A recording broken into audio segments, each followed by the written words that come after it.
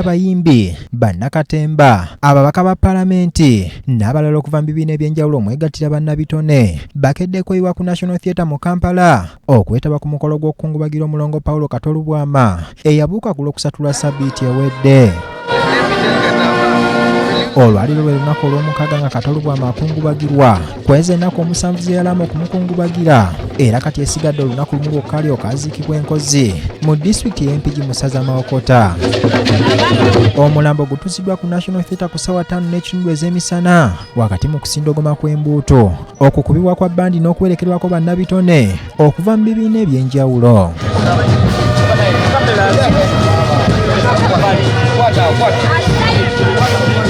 Oluvannyuma omulambo guyingiziddwa munda mu kisenge kya National Theatre awategekebwa emizannyo ne wabaawo okutontoma ebitontome ebitendereza omugenzi.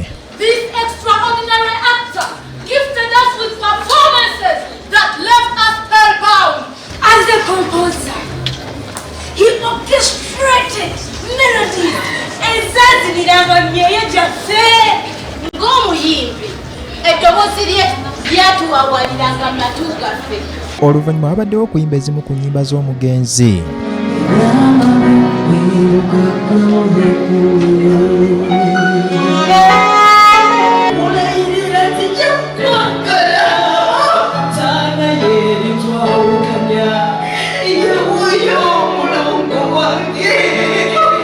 Wakati ng'ennyimba ze ziyimbibwa abangi ku bakungubazi amaziga gabayiseemu ssaako abalala balabise ng'amatama bagawanisa enkondo mu ngeri y'okulaga ennyiike. Oluvannyuma wabaddewo okusabira omugenzi okukulembeddwamu omusumba Wilson Bugembe.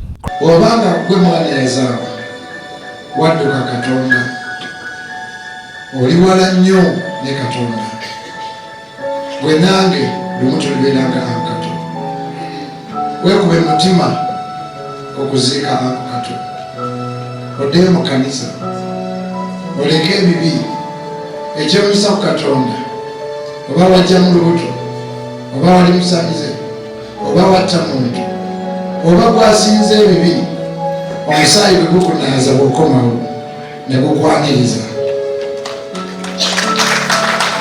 buli atakubye engalo manaayina essaba ewaka.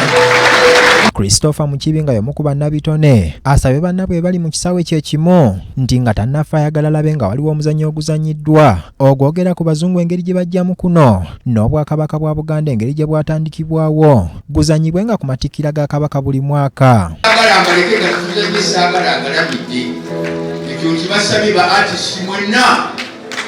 Kabaka bulwana awezanga myaka 2-3 kunamulongo tuzanye omuzannyo saagala agalamidde.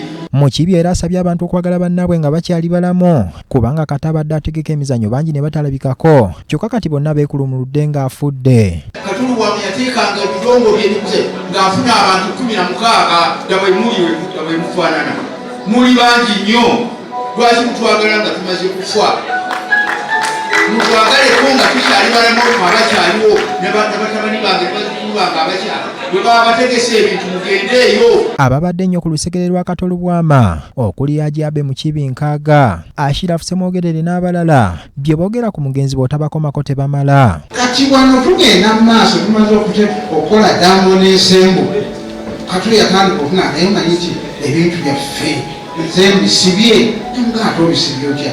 Era twegayirya Mukama Katonda amusonyiwe byonna ebyamusobako amuwe ekimula eky'emirembe tukakasa nti era ffenna ly'ekkubo. Naye nga abadde musajja muwandiisi muzannyi muyimbi mutendesi byonna ng'abikola. Ashirafu Semogerere ayogedde ensonga lwaki Kato yazimba essabo n'atandika okusamira. Nze kyembeerako kinene seebaka nsula kunula Kato n'agamba aji bansaba ennyumba sikulimba bansaba ki ennyumba naye nkole ki Kato okuzimba ne mugamba nti kati kyogamba ovudde mu Katoliki nti sisobola kuva mu ki ne Brenda muwala wo omukulu twamubatirizaawa ku sentimenti yaabo. Okumala ekiro kyonna omulambo gwa Kato gwa kusula wano ku National Theatre bannabitone banne okwongera okumwogerako bye bamujjukirako.